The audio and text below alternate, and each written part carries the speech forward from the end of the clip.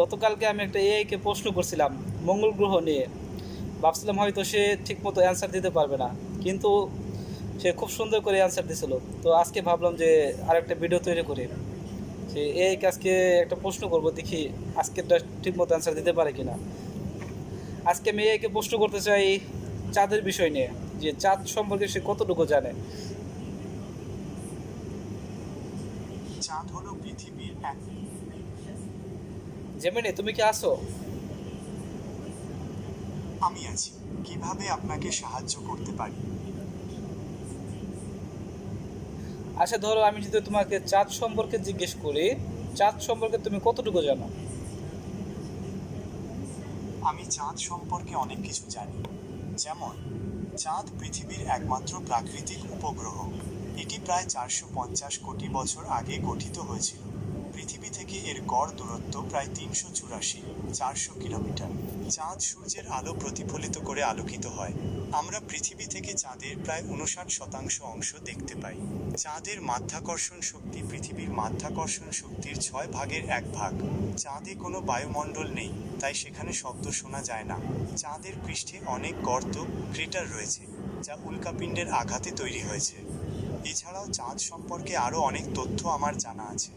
আপনি স্পেসিফিক কোনো তথ্য জানতে চাইলে জিজ্ঞাসা করতে পারেন। আচ্ছা, বর্তমান বিজ্ঞানীরা তো গবেষণা করতেছে, তারা চাঁদে নাকি বসবাস করবে। বর্তমান বিজ্ঞানে চাঁদ নিয়ে ব্যাপক গবেষণা চলছে। এর মধ্যে কিছু গুরুত্বপূর্ণ বিষয় নিচে উল্লেখ করা হলো। চাঁদের অভ্যন্তরীণ গঠন। বিজ্ঞানীরা চাঁদের অভ্যন্তরে পৃথিবীর মতো একটি কঠিন কোর বা কেন্দ্র থাকার প্রমাণ পেয়েছেন। এই গবেষণা চাঁদের ভূতাত্ত্বিক ইতিহাস ও বিবর্তন সম্পর্কে নতুন ধারণা দিচ্ছে। চাঁদে পানির সন্ধান। চাঁদের মেরু অঞ্চলে বরফ আকারে পানির অস্তিত্বের প্রমাণ মিলেছে। এই পানি ভবিষ্যতের চন্দ্রাভিযান এবং চাঁদে মানব বসতি স্থাপনের জন্য অত্যন্ত গুরুত্বপূর্ণ। চাঁদের উৎপত্তি ও বিবর্তন। চাঁদ কিভাবে গঠিত হয়েছিল তা নিয়ে এখনও গবেষণা চলছে। জায়ান্ট ইম্প্যাক্ট তত্ত্ব সবচেয়ে গ্রহণযোগ্য হলেও নতুন কিছু গবেষণায় ভিন্ন তথ্যও উঠে আসছে, যেমন চাঁদের সৃষ্টি কয়েক ঘন্টার মধ্যে হয়েছিল। চাঁদের বায়ুমণ্ডল। চাঁদের অত্যন্ত পাতলা বায়ুমণ্ডল কিভাবে গঠিত হয়েছিল সে বিষয়ে গবেষণা চলছে। উল্কাপিণ্ডের আঘাত, ইম্প্যাক্ট ভেপোরাইজেশন, এর পেছনে একটি বড় কারণ বলে ধারণা করা হচ্ছে। সময় প্রবাহ।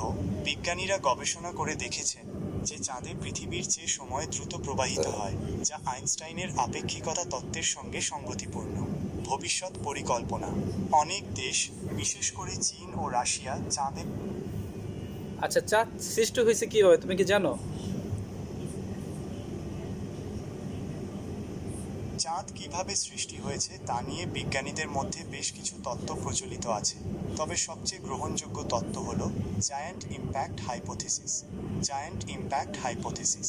এই তত্ত্ব অনুযায়ী প্রায় 450 কোটি বছর আগে পৃথিবী যখন গঠনরত ছিল, তখন থেয়া নামের একটি মঙ্গল গ্রহের আকারের বস্তু পৃথিবীর সাথে প্রচণ্ড গতিতে সংঘর্ষে লিপ্ত হয়। এই বিশাল সংঘর্ষের ফলে পৃথিবী এবং থিয়ার কিছু অংশ বিচ্ছিন্ন হয়ে মহাকাশে ছড়িয়ে পড়ে। এই বিচ্ছিন্ন অংশগুলি ধীরে ধীরে একত্রিত হয়ে বর্তমান চাঁদ গঠন করে। এই তত্ত্বের পক্ষে একটি গুরুত্বপূর্ণ প্রমাণ হল চাঁদ ও পৃথিবীর অক্সিজেনের আইসোটোপের অনুপাত একই। এর পাশাপাশি সম্প্রতি কিছু নতুন গবেষণায় দেখা গেছে যে এই সংঘর্ষের ফলে চাঁদ কয়েক ঘন্টার মধ্যেই গঠিত হতে পারে, যা আগে ধারণার চেয়ে অনেক দ্রুত। এছাড়াও কিছু পুরনো তত্ত্বও ছিল, যেমন কো-ফর্মেশন তত্ত্ব, কো-ফর্মেশন থিওরি। এই তত্ত্ব অনুযায়ী পৃথিবী ও চাঁদ একই সাথে একই গ্যাস ও ধূলিকণার মেঘ থেকে গঠিত হয়েছিল। ক্যাপচার তত্ত্ব, ক্যাপচার থিওরি। এই তত্ত্ব বলে যে চাঁদ সৌরজগতের অন্য কোথাও তৈরি হয়েছিল এবং পরে পৃথিবীর মাধ্যাকর্ষণ শক্তিতে আটকা পড়েছিল। তবে বর্তমান বৈজ্ঞানিক তথ্য প্রমাণের ভিত্তিতে জায়ান্ট ইম্প্যাক্ট হাইপোথিসিসই সবচেয়ে বেশি সমর্থিত।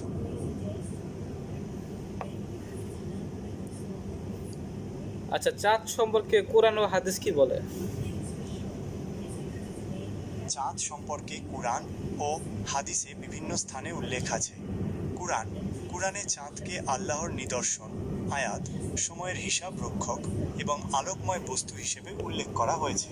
যেমন সূরা ইউনুস 10:5, তিনিই সূর্যকে তেজস্বী করেছেন এবং চাঁদকে আলোকময় করেছেন এবং তার জন্য মনোজিলসমূহ নির্দিষ্ট করেছেন যাতে তোমরা বছরের সংখ্যা ও হিসাব জানতে পার।